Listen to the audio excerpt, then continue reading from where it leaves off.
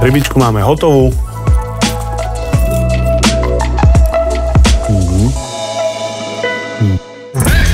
Som šéf-kuchár Martin Novák a chuť je pre mňa na prvom mieste.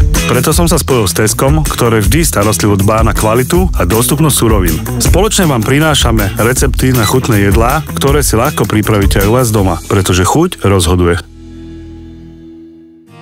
Ahojte priatelia, keďže tu máme čas Vianoc, dneska si pripravíme vypražanú rybu. Ja som sa rozhodol pre sladkovodného sumca, no a vypražíme si ho v klasickom trojobale, tak poďme na to. Takže na prípravu sladkovodnej vypraženej rybičky potrebujeme hlavne teda dobrú kvalitnú rybu, potrebujeme maslo, strúhanku, múku, vajcia a olej. Môžeme sa pustiť do práce. Vždy, keď ja obalujem rybku, si ju najprv dobre násolím a nechám si ju chvíľu položenú na servitke, pretože mi to pustí vodu a servitka mi tú vodu nasaje do seba. No a potom začnem samotné obalovanie. Takže túto rybu si ešte jemne osolím takto z vrchu a zo spodu. Ďalej ju obalím v hladkej múke, dám ju do vajíčka, pekne si to obalíme, aby bola z každej strany.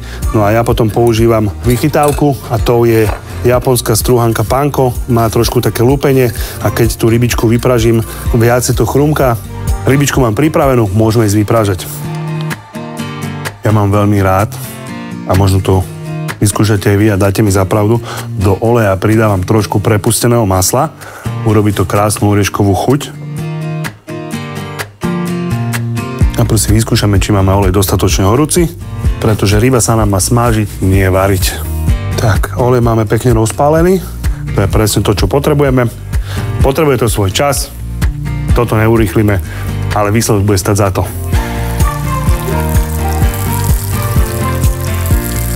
Rybička sa nám krásne opiekla do zlata, takže si ju pekne vyberieme na takýto tanierik s nejakou servitkou, aby sme násali prebytočný tuk, aby to zbytočne nebolo ťažké. No a môžeme servírovať. Majonézový šalátik som si pripravil už včera, pretože najlepšie chutí, keď je octatý. Ja do toho môjho dávam menej majonézy a sem tam aj viacej jogurtu, pretože je to ľahšie, lebo tie sviatky veľakrát zaťažujú telo.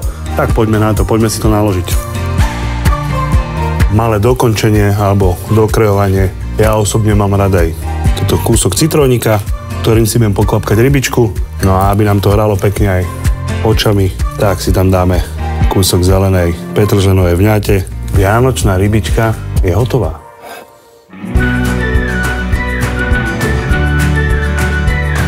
Rybičku máme hotovú, ja sa na ňu veľmi teším, pretože je to tá klasika, ktorá nikdy neomrzí. Priatelia, prajem vám krásne prežitie Vianočných sviatkov a nezabúdajte na to, že chuť rozhoduje.